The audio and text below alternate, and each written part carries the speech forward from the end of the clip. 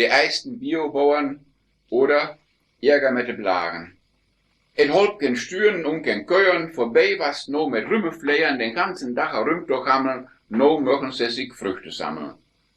Adam ging Dach vor Dach noch Boten mit Höltern, Handwerkszeug und Schoten und der von morgens bis abends sich wegen en Biokorn anzulegen. Von Spritzen will ich gar nix wieten, auch Phosphor, Stickstoff, gar kein Bieten, bloß Kürren von sin eigen Fei, dat Water bleibt nitratefrei. Schon bolle han se wat Erfahrung, se eiten bloß noch Vollwertnahrung, Pilze, Wurzeln, Kräune, Blierde heffen Vitamine hier. Adam kon sich nie en kümmeln, moch ingeweikte Körner mümmeln, da kam sie nicht bei up'm Hund und blieben beide gern gesund. Zwei Jungens keim auf die Welt, die Leute das würden ja gar nicht stellt.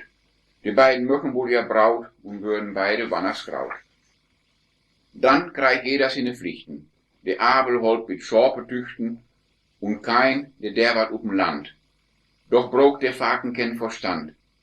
Den Brauer moch er gar nicht lehen, ha ständig wat mit enter streien und eines Tages sorg er raut, der Dullkopf schlauch sin Brauer daut.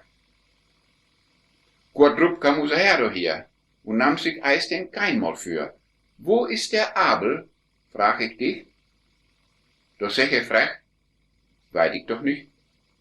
Der Herrgott sagt nun hör mal tau, wat er gaf, weiß ich genau, so wat dat giffet nicht wie mei, dat bring ich je nun flott mal bei.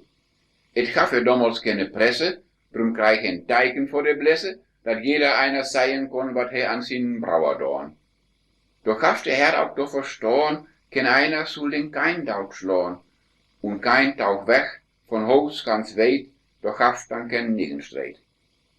So kann het mit der Blagen gorn, hört vaken Priegen nicht und rauen. Der eine geht ne Leke vor, der andere löpt ratsch auf die Spur. Man kann sich nicht vor alles wehren. Wie könnt bloß arbeiten und bieren? Und hört sie dann doch andere Straten, möt wie de Haus die Tür loslassen.